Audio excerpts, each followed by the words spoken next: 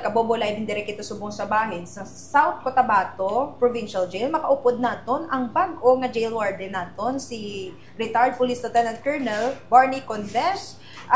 Jail warden, maayong aga sa imo kag welcome diri sa South Cotabato. Yes ma'am, sir. Good morning. Okay. So far, kamusta ang aton nga pila ka mga adlaw nga pagpungko diri bilang jail warden diri sa aton nga probinsya, sir? As of today, this is my 3 days as the warden of this jail facility.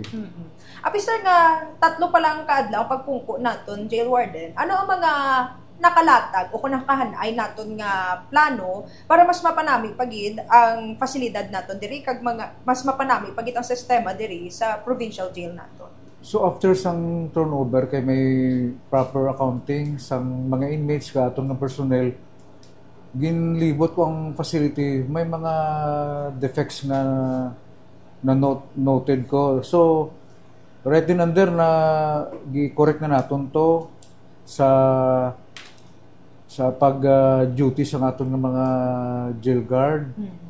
Kag sa perimeter security ginpang correct na naton. So eventually, tanan nga mga defects noted naton, ma-correct na siya. Okay. Pero ano ang mga gusto mo pasangkaron diri sa bilang pagpungko mo nga jail warden diri sa South Cotabato Provincial Jail? So aton nga mission diri tapnaon naton ang mga illegal activities, ang pagpasulod sa mga contrabands. So number 1 na, kung istorya nato ang contrabands, mga drugs, mga cellphone, mga deadly weapons, kag iban pa nga pareho nga mga butang nga ginabawal sa mga facilities. So ano na naton, gi-orient naton ang aton nga mga personnel and then gipaintindi naton sa mga inmates naton nga ang bawal-bawal. So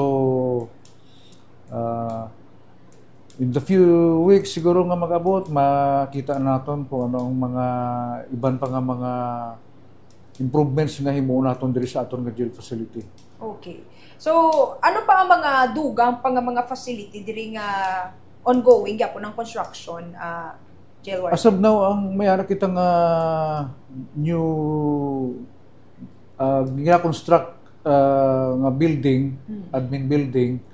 So kahapon nag-araman diri tong contractor, istorya kami nga dapat mapadali nila para ma-plaster naton kay isipon ninyo ining building ani dugay na kaayo.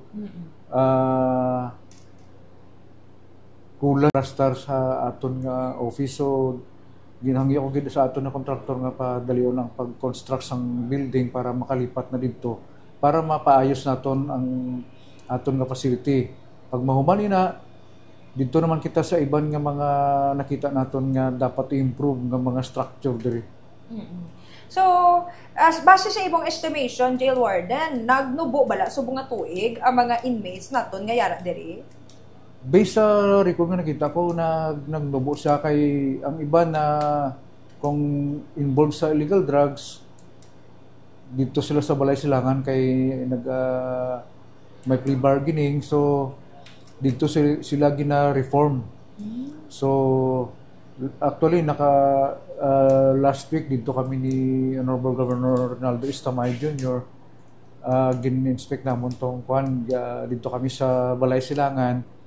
Ara tong mga kuan natong mga kauturan nga involved sa drugs, so gina-reform sila dito.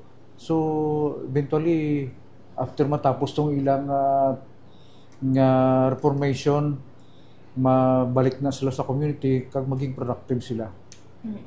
Okay. So, tagaan-ta ka sang ligwa, jail warden. Ano ang imo nga panawagan sa katawan sa South Cotabato kag at the same time, panawagan mo man sa mga kopdanan mo diri sa South Cotabato Rehabilitation Center para sa bag-o nga pagpamuno kag ano ang mga reforma ang imo nga himuon din. Go ahead po.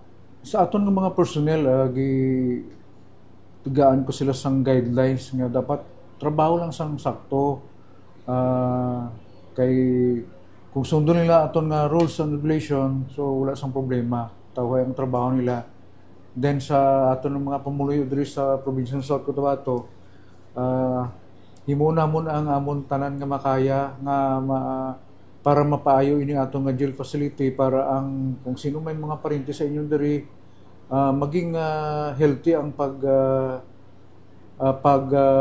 stay nila din habang gina-reform sila, habang waiting trial, maayos ang ilang situation para pagwa nila later on kung makagawa sila maging productive citizen sa aton na community. Kag sa aton nga mga inmates mag-cooperate sila sa aton kaya aton malandri nga tumong nga mapaayos ang ilang pagsinarayo diri sa aton nga jail facility. Sundon nila tanan nga rules and regulation kay para tawhay ang aton pag-manage ng aton nga jail facility.